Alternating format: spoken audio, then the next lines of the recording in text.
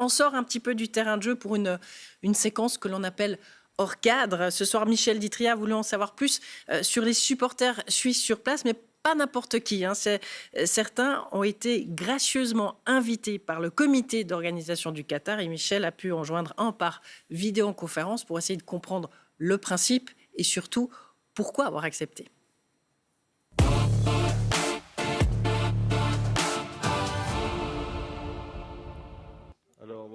Au Qatar, ils sont quelques centaines de supporters helvétiques. Alimoudine Ousmani en fait partie. Lui et une cinquantaine de Suisses ont carrément été invités par le Qatar. Vol Genève-Doha, hébergement, match d'ouverture, tout est payé par le comité d'organisation. Tous les transports, métro, bus, avec cette fameuse Raya Card, on peut aussi l'utiliser gratuitement. C'est rare, c'est même du jamais vu qu'on ait invité des supporters à une Coupe du Monde. Mais le Qatar a investi, c'est combien, 220 milliards pour cette Coupe du Monde. Donc j'ai envie de dire, inviter des supporters, c'est une goutte d'eau par rapport aux infrastructures du mondial, quoi. Ce qu'on peut dire, c'est que tout est pratiquement gratuit. Pratiquement, ouais. Si on peut dépenser un minimum. Après, il y en a qui dépensent plus parce qu'ils veulent faire des bons restos. Là, c'est une manière de promouvoir l'image du Qatar. Après, bien sûr, si on est invité, on ne va pas cracher dans la soupe.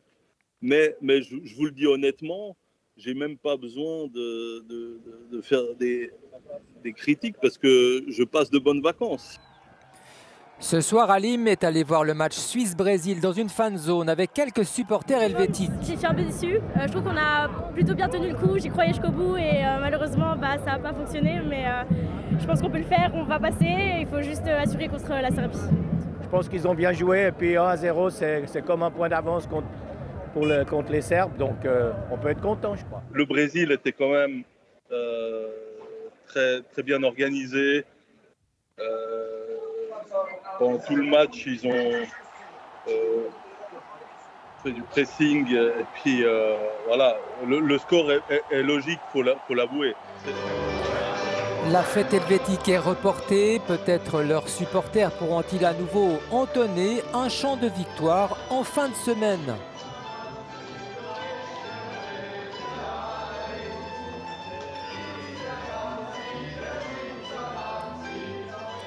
Ambiance particulière, quoi qu'il en soit. Pas d'alcool au mondial. Bon, allons noyer notre culpabilité dans un bon thé. De Bume, on va